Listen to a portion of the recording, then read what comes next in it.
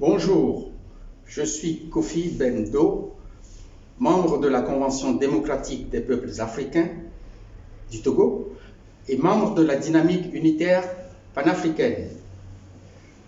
L'actualité de ces jours fait que l'on nous parle beaucoup de la guerre et de la paix dans la campagne présidentielle française. Mais il y a des conflits en cours depuis des années qui sont oubliés au Moyen-Orient, en Afrique, comme en Éthiopie, en République démocratique du Congo, en Libye, au Cameroun, etc. Il y a donc des sujets qui sont oubliés. Et parmi ces sujets, il y en a un dont nous voulons vous parler. C'est un sujet qui doit s'inviter dans le débat français de la campagne présidentielle en cours. Et de quoi s'agit-il? Il s'agit des rapports de domination que l'État français entretient avec ses anciennes colonies, qui sont 15 au total. Cette domination qui a vidé leur indépendance de toute substance. Or, il y a quelque chose de fondamental, c'est que pour les peuples et les pays, partout dans le monde, il n'y a rien de plus important que l'indépendance et la souveraineté. Cela fait partie de leurs préoccupations, comme le besoin de se nourrir, de se soigner, de s'éduquer, bref, de vivre dignement. À partir de l'année 1960, ces rapports de suggestion sont organisés depuis le palais de l'Élysée dans le cadre d'un système d'inspiration colonialiste pure qu'il est convenu d'appeler la France-Afrique.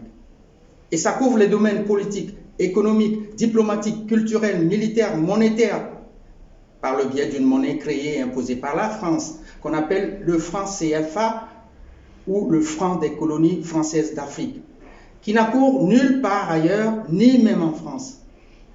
Par ce pacte colonial, composé d'accords spéciaux dont certains sont secrets, entre l'État français et les oligarchies africaines, le système de la France-Afrique aide à installer et soutient des régimes illégitimes, despotiques et extrêmement brutaux, à travers des élections truquées qui n'ont pas de sens et des coups de force dans des pays comme le Togo, le Gabon, la Côte d'Ivoire, le Cameroun, etc.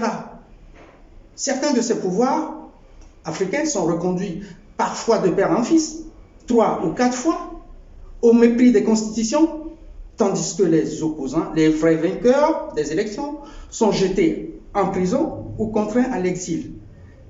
Et c'est ainsi que les ressources qui sont immenses en Afrique, chacun le sait, sont livrées à la prédation des grands groupes français, tandis que les classes populaires locales n'ont pas de quoi faire 3 repas par jour. Et que toute opposition politique, toute critique, celle des journalistes notamment, est brutalement réprimée, punie de prison ou pire.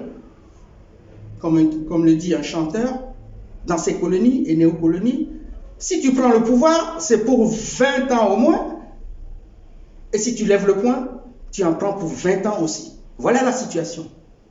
En vérité, toutes ces informations-là sur la France-Afrique sont largement documentées et accessibles à qui veut en savoir plus sur les relations entre la France et l'Afrique. Quant à nous, à la dynamique unitaire panafricaine, nous voulons donc que cette question importante fasse partie des sujets en débat dans la campagne présidentielle en cours, à côté des autres sujets et propositions politiques, bien sûr, présentées par les candidats. À la dynamique unitaire panafricaine, avec notre caravane qui passe dans quelques grandes villes de France, nous questionnons un certain nombre de candidats sur le sujet pour savoir ce qu'ils comptent faire. Et à la DUP, nous souhaitons qu'avec nous, les électeurs progressistes français et les électeurs franco-africains aussi relaient ces sujets jusqu'aux candidats de leur choix, afin que ceux-ci se positionnent clairement face aux Français. Après tout, ne demande-t-on pas aux candidats ce qu'ils feraient pour mettre fin à la guerre en Ukraine? Mais ceci dit, nous ne nous faisons pas trop d'illusions, parce que l'expérience a prouvé jusqu'ici qu'une fois à l'Élysée, aucun président français n'a jamais voulu s'attaquer au problème, loin de là. Alors, citoyens progressistes, citoyens franco-africains, vous qui déciderez d'aller voter, faites-le en fonction de cette problématique-là aussi, c'est-à-dire la question de la France-Afrique. À vous de jouer.